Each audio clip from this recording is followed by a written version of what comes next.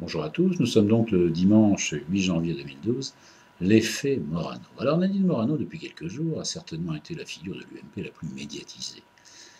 Nadine a été sur tous les fronts et comme à chaque sortie tout le monde guette ses dérapages, son langage de charretier, on n'a généralement pas à attendre très longtemps.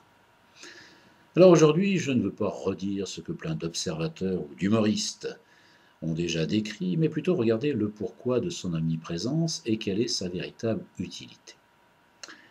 Nadine Morano, pucelle de son nom de jeune fille, mais on ne choisit pas sa famille ni son patronyme.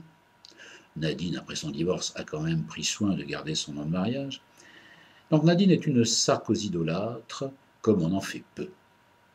À tel point que la question qu'on se pose inévitablement, c'est de savoir si la garde rapprochée présidentielle, à l'affût de tous les soubresauts de l'opinion, ne va pas finir par remarquer que trop de flagorneries et d'hommages répétés deviennent nuisibles à l'image du président provisoire.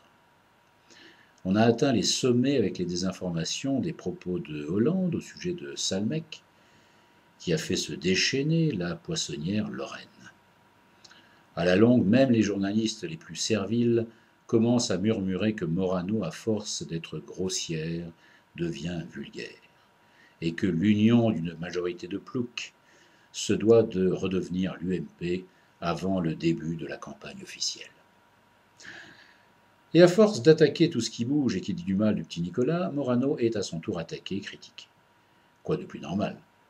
Mais pas pour Alain Minc, qui a défendu Nadine et qui a dénoncé un mépris de classe. Défendu par Alain Minc. Alain Minc, une caricature. Conseiller de Sarko, major de l'ENA et parasite de la République, dont les avis économiques sont toujours à prendre en compte pour savoir ce qu'il ne faut surtout pas faire au regard des échecs multiples et variés qui ont jalonné sa carrière. L'effet Morano, c'est un comportement qui va être relayé car la pauvre Nadine ne va pas pouvoir tenir très longtemps ce rythme, à moins évidemment, que son poste de ministre de l'apprentissage et de la formation professionnelle ne soit qu'un emploi fictif. Mais pas d'emploi fictif chez les sympathisants ou membres UMP recyclés de feu RPR. Alors, l'utilité de Nadine et consorts, c'est bien sûr d'occuper le terrain pour reprendre des petites phrases, des déclarations vraies ou fausses, qui font un bon écran de fumée pour que les questions réelles et le bilan en cours ne soient pas mis en lumière. Et la cellule riposte, animée par l'humaniste Brice Hortefeux, est là pour fournir des munitions si les idées venaient à manquer aux ministres de première ligne. J'ose toujours espérer que lorsque les ficelles sont énormes, les électeurs ne se laissent pas avoir et manipuler, mais quand on voit l'état actuel des sondages, on peut avoir des doutes.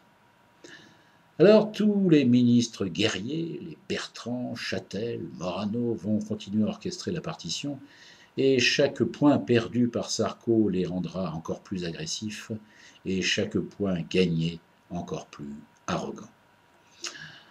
Alors pour conclure sur Morano, avant qu'elle-même conclue définitivement sa carrière politique, ce que je trouve le plus méprisable, c'est de mettre en avant son milieu social pour lui donner de la crédibilité.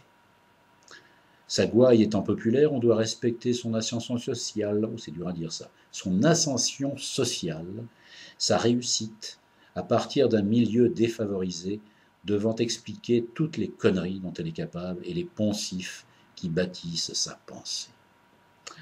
Et de savoir que Guy Carlier, après l'avoir critiqué, est devenu un admirateur de son comportement et de sa façon de penser, situe, s'il en était besoin, la profondeur du pseudo-rebelle mondain.